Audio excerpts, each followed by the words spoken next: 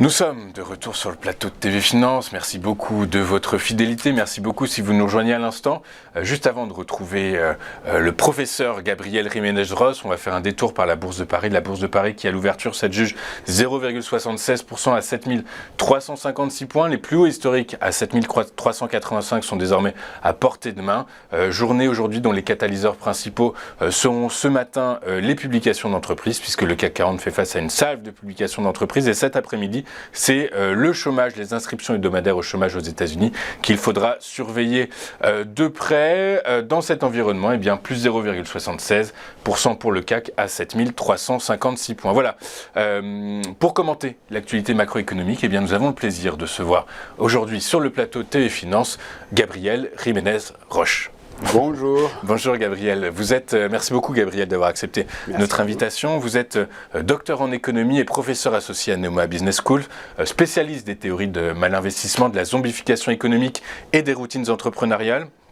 Avec vous, Gabriel, on va voir dans un premier temps ce chiffre surprise du T4 2022 de l'activité, du niveau de l'activité en France, puisque finalement beaucoup de macroéconomistes, de prévisionnistes anticipaient une récession pour la France en 2022. Finalement, non, ce n'est pas ça. La France, le PIB français croît sur l'année de 2,4%, et ça juge plus 0,4%, je crois, au T4. Comment est-ce qu'on explique ce niveau-là et comment finalement on peut expliquer cette surprise, cette bonne surprise? Alors, bon, tout d'abord, il y a déjà la récupération post-Covid qui est arrivée, qui était là. Donc, il y en a une très forte récupération en 2021 et donc on a une continuation de cette récupération en 2022. Ensuite, il y a aussi les reliquats de toutes les aides, les prêts garantis par l'État pour les entreprises, ce qui a permis à ces entreprises-là de ne pas faire faillite, de pouvoir continuer à embaucher ou à garder tout simplement leurs employés. Et donc, la demande, elle n'a pas vraiment pâti parce qu'il n'y a pas eu une hausse du chômage. Donc, des gens sont encore employés, les gens continuent à dépenser. Évidemment, après la guerre et tout ça, avec l'inflation, elles modifient un peu leur comportement de consommation. Néanmoins, la consommation est toujours là, donc les dépenses sont toujours là, et les entreprises, elles résistent. Néanmoins, à voir, effectivement, si elles résistent de façon soutenable, oui ou non. Oui, c'est ça, de façon soutenable, c'est-à-dire, en gros, globalement, c'est pour 2023. Toute la question, c'est de savoir si ce reliquat d'aide dont vous parlez va pouvoir bénéficier encore aux entreprises en 2023. Juste préciser, la croissance au T4 2022 en France, c'était plus 0,1%, et en 2022, la croissance sur l'exercice entier, c'est plus 2,6%, avec un acquis de croissance de 2,4% en 2022. Est-ce que ça veut dire, Gabriel, que la croissance réelle était de 0,2% sur l'exercice 2022? Oui, à peu près, c'est ça. En fait, la question, c'est on a la croissance réelle vraiment, elle est toute petite. Elle continuera toute petite, en fait. En 2023 aussi? En 2023 aussi, mais positive. Donc, positive, mais toute petite. Et on était en train de projeter une grosse récupération à partir de 2024. Et surtout en Europe continentale, un peu aux États-Unis aussi, mais surtout en France, en Italie, même l'Allemagne vers le milieu de 2024. Les seuls pays en fait qui va continuer à souffrir vraiment, selon les projections, c'est le Royaume-Uni. C'est le Royaume-Uni qui fait face à une inflation démentielle, quasiment une crise politique. Et c'est pas que ça en fait. Ils souffrent toujours de leur mauvaise gestion du Brexit, bureaucratie qu'ils n'ont pas en fait réussi à régler. Et donc évidemment, ils n'ont pas non plus négocié tous les contrats de libre commerce qu'ils pensaient pouvoir négocier. Oui, parce que de toute façon, ils n'ont pas les bons partenaires pour cela. En fait. Ils sont effectivement, Brexit est probablement une décision beaucoup trop épidermique qui a été faite dans l'urgence et qui n'a pas finalement, dont on voit en tout cas les retombées négatives aujourd'hui sur l'activité. Probablement ils n'y croyaient pas en fait au départ. Donc je crois que c'est ça, ils ne se sont pas préparés. Et ils étaient mal préparés. Donc donc on a vu pour 2023 votre prévision de croissance pour la France, c'est la croissance devrait se maintenir en gros en quelque sorte, mais par contre c'est 2024, quid de 2024 en gros en quelque sorte. Vous avez est-ce que vous connaissez l'acquis de croissance pour 2023? Alors, pour le moment, donc, on calcule un acquis de croissance de 0,6% jusqu'en juin.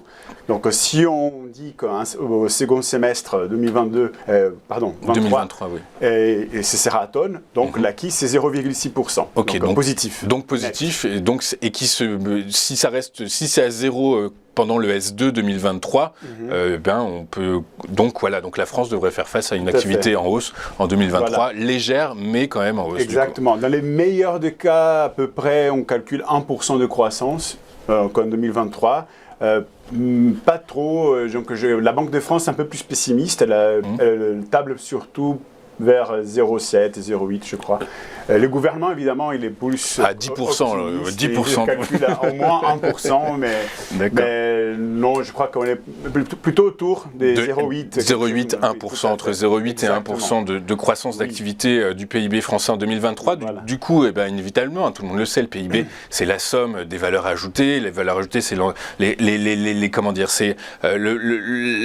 premier agrégat dans une descente de compte de résultats, donc c'est les marges du haut.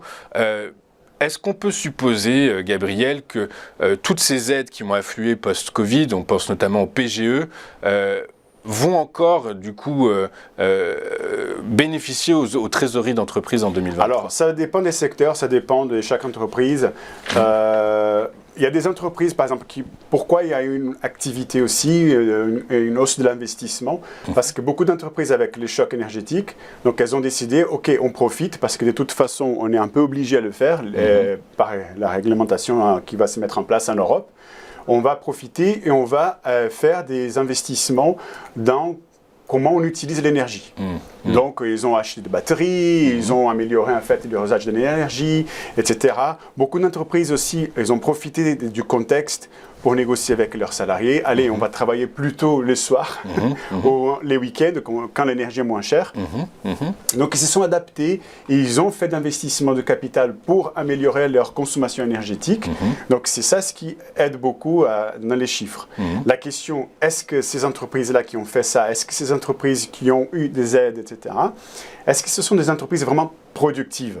Là, il y a beaucoup de débats. Ouais, c'est toute la question de la productivité du travail à l'heure où les chiffres du chômage ont été publiés hier. Exactement. On va le voir dans un instant, mais effectivement, ces chiffres laissent à supposer que la productivité a augmenté moins vite que l'emploi. Parce qu'il y a des entreprises qui ont fait un remplacement de capital, pas vraiment un ajout de capital. Donc, en fait, on n'a pas eu des investissements en équipement, etc., qui vont augmenter la productivité. Donc, on pourra parler de ça plus tard. Exactement. Et donc, la question, c'est de savoir, est-ce que les entreprises qui sont en train de survivre, ce seront des entreprises vraiment productives, qui vont créer de l'innovation, qui vont améliorer la production, ou est-ce que ce sont des entreprises zombies? Donc, on commence à soupçonner qu'il y a une zombification de l'économie, c'est-à-dire des entreprises qui réussissent à survivre. Grâce aux aides, en fait. Grâce aux aides, mais qui vont rester surendettées, donc incapables de faire des nouveaux investissements, parce que surendettés vont se concentrer, c'est ce qu'on appelle des récessions des bilans. C'est-à-dire, l'entreprise, elle survit, elle entre en récession interne. Pourquoi? Parce qu'elle va utiliser tout son flux de trésorerie pour rembourser ses dettes plutôt que faire de nouveaux investissements. Et donc, elle ne va pas lâcher d'employés peut-être, elle ne va pas lâcher des travailleurs, néanmoins, elle ne va pas non plus créer beaucoup de postes de travail. Ok, donc ces entreprises zombies dont vous parlez, c'est les faillites de demain, en gros, en quelque sorte. Tout à fait. On va passer, alors c'est très intéressant ce que vous nous dites, mais l'heure tourne, Gabriel, je suis désolé.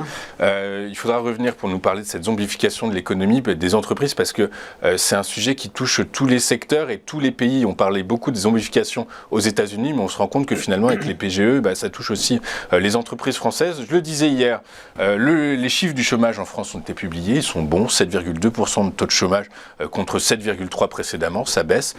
Est-ce que c'est une baisse en trompe-l'œil, Gabriel? Oui, en fait, disons, la situation est stable. Pourquoi? Parce que les entreprises elles-mêmes sont en une situation stable et elles ne lâchent pas, donc elles ne licencient pas pour le moment, pour plusieurs raisons. D'un côté, parce qu'elles sont en pleine récupération pour certaines. Pour d'autres, justement, les reliquats d'aide, etc., leur permettent de survivre, donc de ne pas avoir besoin de licencier. Pour d'autres entreprises, c'est aussi la crise de main-d'œuvre. Donc elles ne trouvent pas de gens, donc elles ne trouvent pas de personnel, donc elles préfèrent donc garder ce qu'elles ont, et en attendant une reprise de l'économie. Donc, elles ne vont pas effectivement licencier. Donc, pour le moment, tout va bien. Donc, en fait, je crois qu'il y a beaucoup d'investisseurs, beaucoup d'entreprises qui ont attendu un peu pour voir comment les choses évoluent, malgré encore les problèmes des chaînes logistiques depuis la Chine. Oui, alors les goulots d'étranglement sur ces chaînes logistiques se résorbent quand même. Et qui commencent un peu à se mettre en ordre parce que comme les Chinois, ils ont abandonné la zéro Covid, effectivement, il y a des ravages en termes sanitaires en Chine, mais bon, les Chinois, ils ne révèlent pas trop d'informations, donc on n'a pas beaucoup de données à ces sujets. Néanmoins, les entreprises chinoises, du coup, elles commencent à se rajuster et à rétablir en fait les chaînes logistiques. On va voir combien de temps ça va prendre pour ces entreprises de le faire. Et ce qui bénéficie aussi le reste du monde. Oui, c'est évident, effectivement. Voilà. Et donc, je crois que les entreprises ont voulu attendre pour voir comment les choses évoluent. La crise aussi en Ukraine. On voit maintenant bien qu'on a échappé au pire de la crise énergétique. Donc, on commence à établir de nouveaux liens avec de nouveaux fournisseurs des gaz, d'énergie, etc. Néanmoins, il ne faut pas oublier, ces aides post-Covid, Covid et post-Covid vont bientôt finir. Et donc, il y a beaucoup de débats. Est-ce que ces entreprises zombies, elles vont rester zombies vraiment ou vont-elles faire faillite? À voir. Donc, le nombre de faillites a augmenté ces derniers temps, mais elles n'ont pas repris les chiffres avant Covid. Donc, on reste quand même avec peu de faillites en France, relativement parlant. Et il y a quand même une création nette d'entreprises. Ok, il y a quand même une création nette d'entreprises. Il nous reste 1 minute, Gabriel. Oui. Le sujet, c'était la productivité. Les chiffres du chômage hier, nous laissent sur une donnée qui est extrêmement intéressante, mais qui est un peu flippante, j'oserais dire. C'est que la richesse produite fin 2022 est à peine supérieure à 1,2%, alors que dans le même temps, l'emploi a lui progressé de 4,5%. Autrement dit, la productivité baisse. Elle peut baisser encore plus ? C'est possible, ça dépend. La question, c'est qu'il y a deux facteurs qui vont contribuer à la productivité. D'un côté, c'est les stocks de capital investis par travailleur. Donc c'est l'équipement, les installations, etc. On voit qu'on n'a pas beaucoup augmenté cet investissement-là en capital. C'est pas bon signe. De capital, voilà. Donc c'est déjà pas très bon signe parce que c'est de l'équipement, ce sont les installations qui vont booster la productivité naturelle du travail. Donc il y a ça. D'un autre côté, il y a en fait la technologie, donc l'innovation. Donc ce qui va améliorer la qualité de l'équipement, la qualité de ce capital-là. Donc là aussi, on ne voit pas beaucoup d'investissements. Donc on voit plutôt que les entreprises, elles préfèrent garder la main-d'œuvre pour attendre, pour voir. Elles ne font pas des gros investissements parce qu'il y a quand même beaucoup d'incertitudes encore. Toutes les prévisions de croissance, même si elles sont assez basses, 1%, c'est pas suffisant pour inciter un dirigeant d'entreprise à investir 1 million d'euros dans une nouvelle chaîne logistique. Exactement. Et de toute façon, on attend tous pour voir si cette guerre va vraiment continuer. Ça, c'est la grande inconnue de toute façon. Etc. Et donc, je crois que c'est ça. Donc, on peut s'attendre, oui, à un maintien de l'emploi pour le moment, mais pas des gains de productivité. Pas des gains de productivité, donc une baisse de compétitivité de la part pour les entreprises. Voilà, mais c'est mondial. C'est mondial, d'accord, c'est pas qu'un phénomène français. C'est pas qu'un phénomène français. C'est très intéressant. Merci Gabriel. Merci Gabriel d'avoir été avec nous ce matin. Gabriel Jiménez-Roche, professeur associé à Nemoa Business School et spécialiste des théories du mal investissement, de la zombification des entreprises. On vous retrouvera sur ce thème parce qu'il est passionnant et des routines entrepreneuriales. Voilà, merci beaucoup d'avoir été avec nous. On marque une rapide courte page de pub et on se retrouve pour notre point bourse dans un instant. À tout de suite sur TFinance.